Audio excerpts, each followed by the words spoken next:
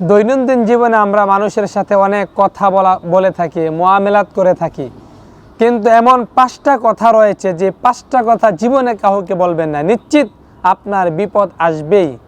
আসুন আমরা জেনে নিই সেই 5টা কথা কি। 1 নাম্বার, স্বামী এবং স্ত্রীর মাঝে রাতের আধারে যে মুআমালাত হয়, এই স্বামী এবং স্ত্রীর গোপন কথা কখনো জীবনে আপনার যত নিকটতম বন্ধুই হোক না কেন তাদের সাথে শেয়ার করবেন না। আপনার স্ত্রীর গোপন কথা, আপনার স্বামীর গোপন কথা স্ত্রী কখনো শেয়ার করবে না, এবং স্ত্রীর গোপন কথা স্বামী কখনো শেয়ার করবে না।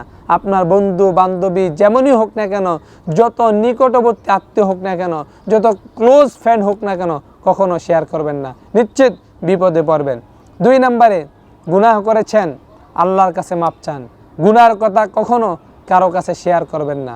আল্লাহ বলেছেন, লা তাকনাতু মির রাহমাতিল্লাহ ইন্নাল্লাহা ইয়াগফিরুয যুনুবা জামিআ ইন্নাহু হুয়াল গফুরুর রহিম।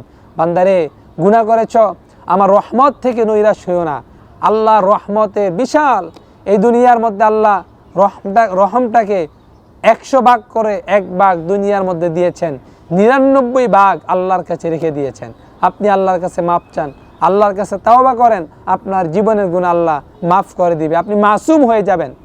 3 নম্বরে, উপার্জনের কথা কাউকে বলবেন না, তাহলে আপনার প্রতি নজর লাগতে পারে, আপনার প্রতি মানুষের হিংসা আসতে পারে। এই জন্য উপার্জন কি করেন না করেন, আল্লাহ রিজিক দিয়েছেন, আল্লাহর দেওয়া রিজিক নিয়ে আল্লাহর কাছে শুকর আদায় করেন, আল্লাহর প্রশংসা আদায় করেন। আপনার রিজিকের কথা, উপার্জনের কথা অন্য মানুষের কাছে বলবেন না।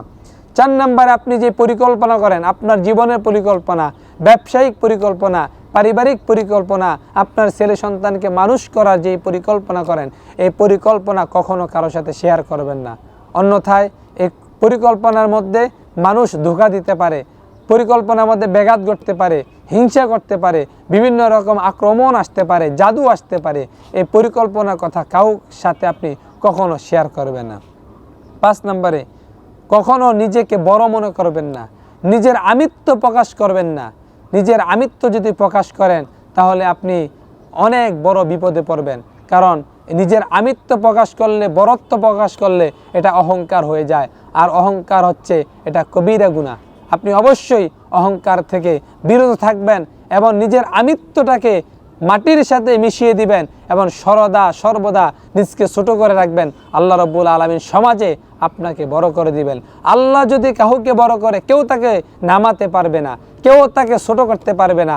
আল্লাহ যদি কাউকে ছোট করে, দুনিয়ার সমস্ত মানুষ মিলেও তাকে বড় করতে পারবে না। এই 5টা কথা কখনো কারোর সাথে শেয়ার করবেন না। যদি করেন অবশ্যই আপনার বিপদ নিশ্চিত হতে পারে। আল্লাহ রাব্বুল আলামিন আমাদেরকে মানার তৌফিক দান করুন।